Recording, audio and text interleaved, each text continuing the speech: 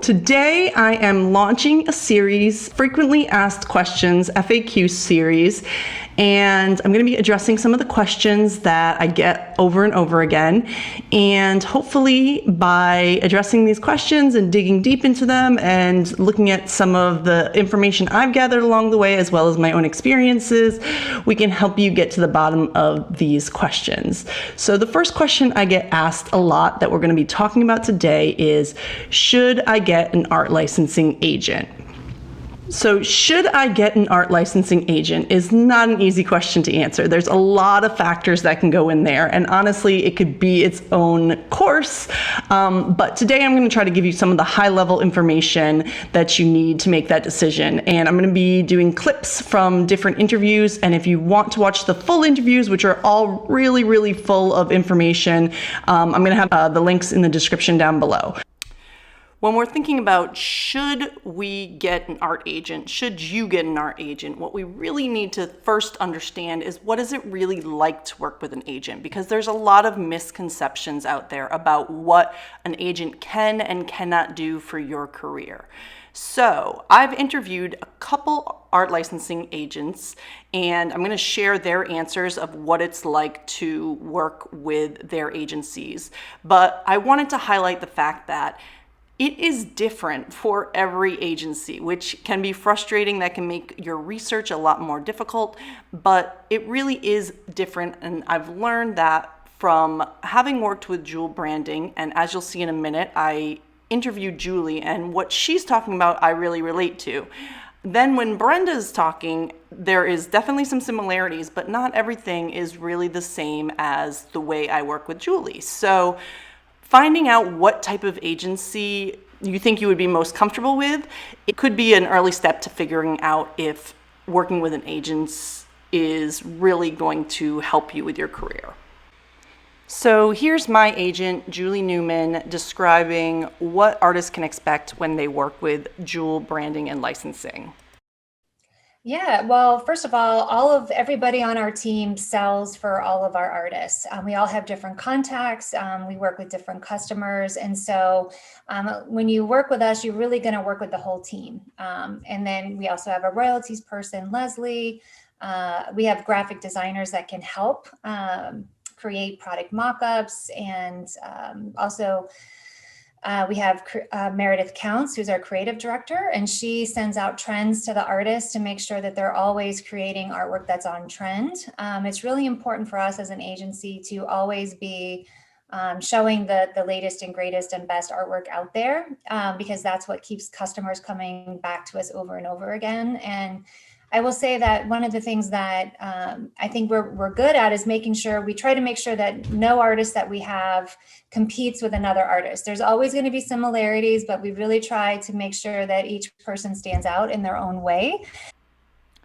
So Jewel Branding is a bigger agency. They have probably about 50 artists, and they have 5 or 6 agents on staff.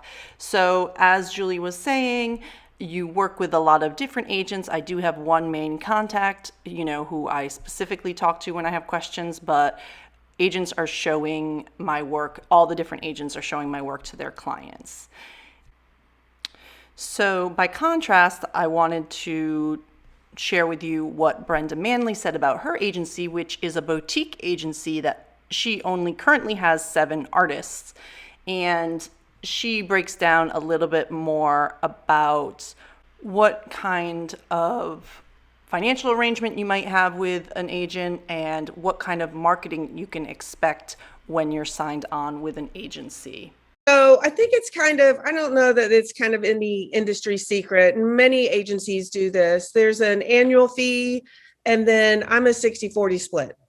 Okay. So the artist gets the 60 and I get the 40. But with that, I exhibit at, pre-pandemic, I exhibited at 3 to 5 shows a year.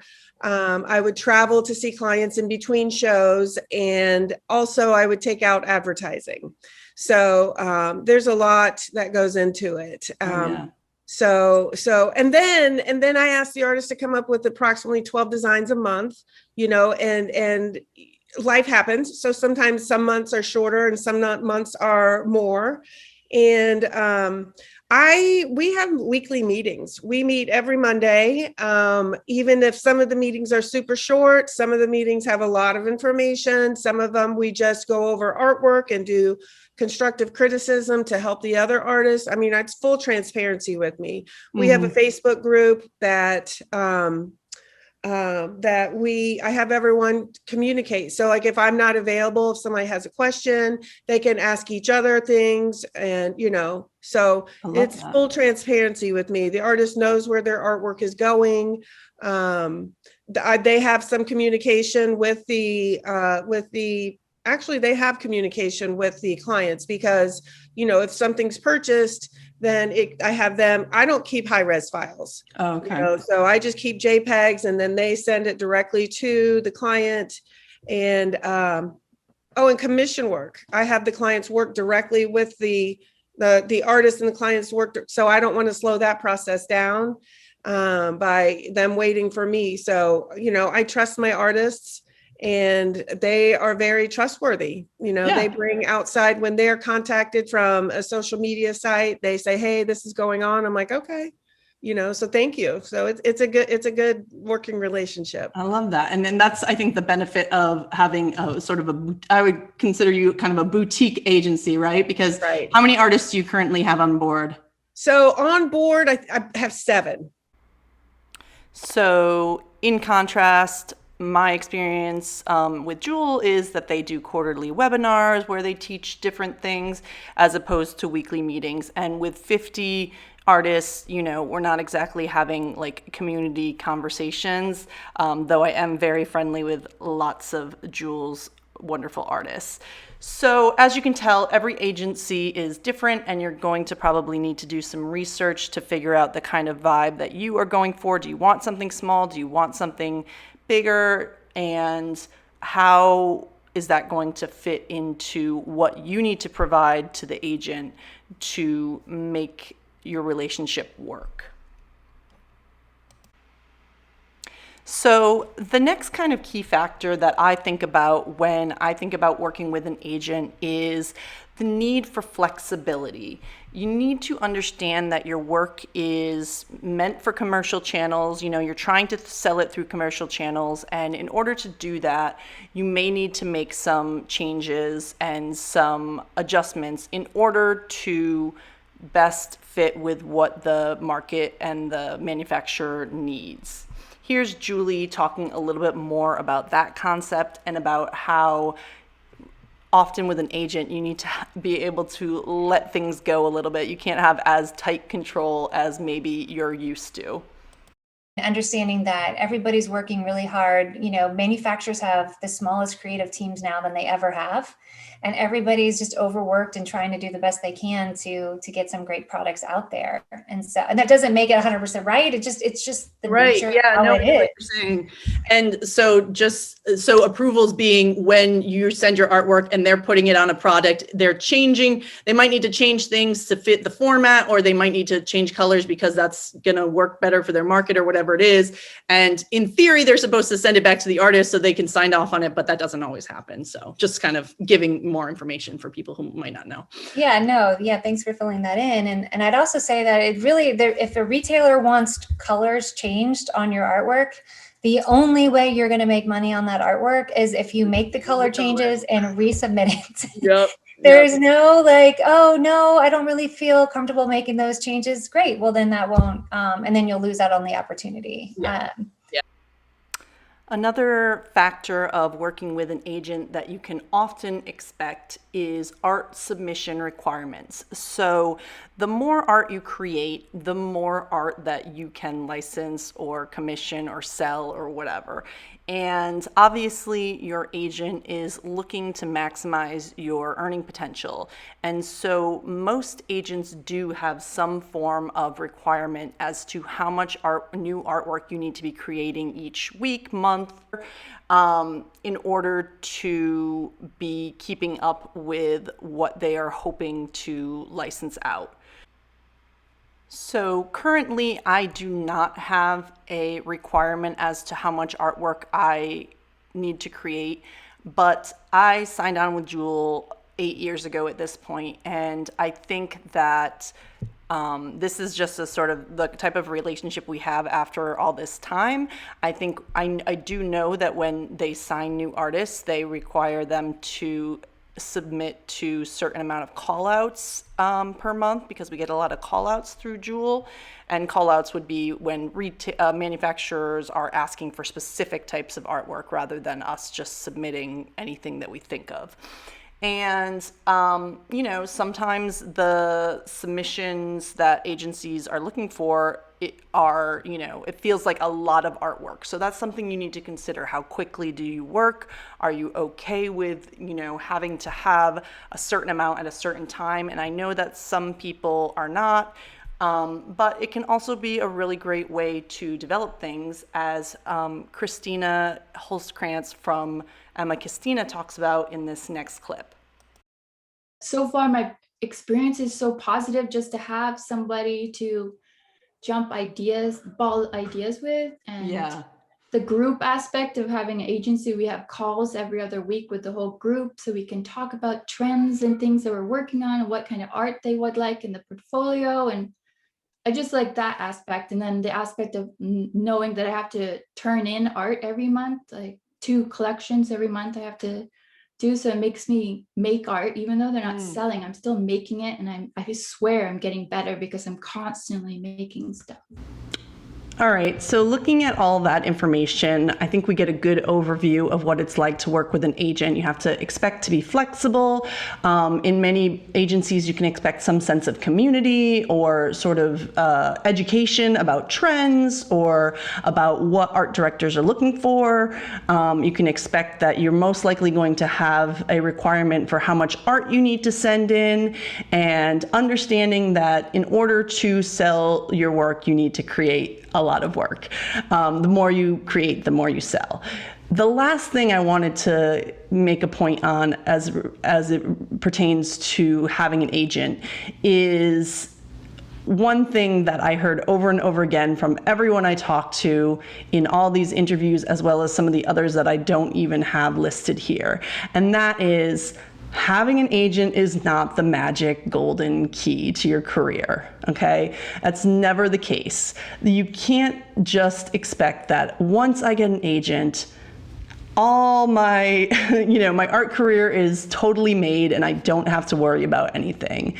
That's just simply not true. You need to be participating as an equal partner in your relationship with your agent. If you start working with an agent, you are going to be needing to be taking, direction and ideas from them, because they have seen what people are asking for, manufacturers are asking for. So being willing to, create based on what suggestions you're getting from your agent, being willing to keep up with those art submissions, marketing yourself in any way that you can, making connections and networking in any way that you can, and working in partnership, because they're working to sell you and you need to be working to sell you as well. There is, some degree of obviously being able to let go of contracts and all that kind of stuff, but still you need to be aware of the business, the industry.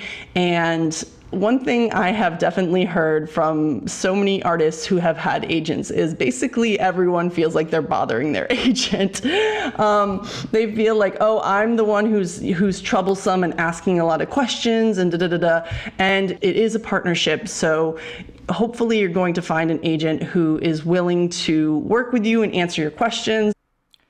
So now let's get back to the original question of, should I get an art licensing agent? Nicole Tamron had some really wonderful advice on this subject. And in relation to artists who are a little bit more established, she got the great advice that there comes a point in your career development where you've taken it as far as you can, and you as an artist are best served by relinquishing some of the contract details and control and focusing on the art. However, when it comes to a brand new artist who's not so established, she has some different advice. For people who are newer to the industry, I think there's 2 types of people. There's people that are really just know agents are the way for them. And I think for those people, if you really, really know that if your kids are small, if you know you're doing this in addition to some other part of your career, I would say I wouldn't talk you out of that. For anyone that's on the fence, I would say totally go it alone. I think I refer to my Surtech years as like my grad school. I mean, I probably paid as much, but I learned even more, right? Like I think that was my learning curve there. And I think that one of the reasons I've been successful with my agency is the fact that I did have all of that knowledge going in. Because getting an agent isn't necessarily easy, one thing you can do is send out your work to some agencies and see who thinks that your work might fit in with the market, with their agency, and then talk to that agent and learn about their agency, talk to their artists, learn about what it's like to work with that agency, and then decide, is that a relationship that is going to benefit me? If an agent is interested in you, definitely talk to their artist. As I said, understand that any terms that an agent presents to you, any contract, is negotiable. All right, you can negotiate anything. If they say that's their standard terms, I mean, you can understand that probably most of their artists do submit to those terms, but you still have the right to negotiation. Everything is negotiable. And we are often told as artists, get your contracts right, hire a lawyer. And obviously, as we're starting out, we cannot hire a lawyer for every situation. But if you're getting into a relationship with an agent, this is a time to invest in yourself, invest in your future, and get a lawyer to look over your contract before you sign with an agent, to make sure that you have a good exit clause, potentially you have a trial phase, and you have the opportunity to have a good relationship and a good partnership where it's give and take. And if you are looking for a lawyer, make sure that you're looking for someone who does have some experience with the art licensing world. There we go. I hope that cleared up some of your questions around agents and whether they're right for you. And I hope you enjoyed this frequently asked question. There will be more I'm addressing in the series. If you love learning about surface pattern design and creative business, be sure to subscribe to this channel and follow me on Instagram at esilverdesign. Also, I would be super grateful if you shared this channel with your surface pattern friends.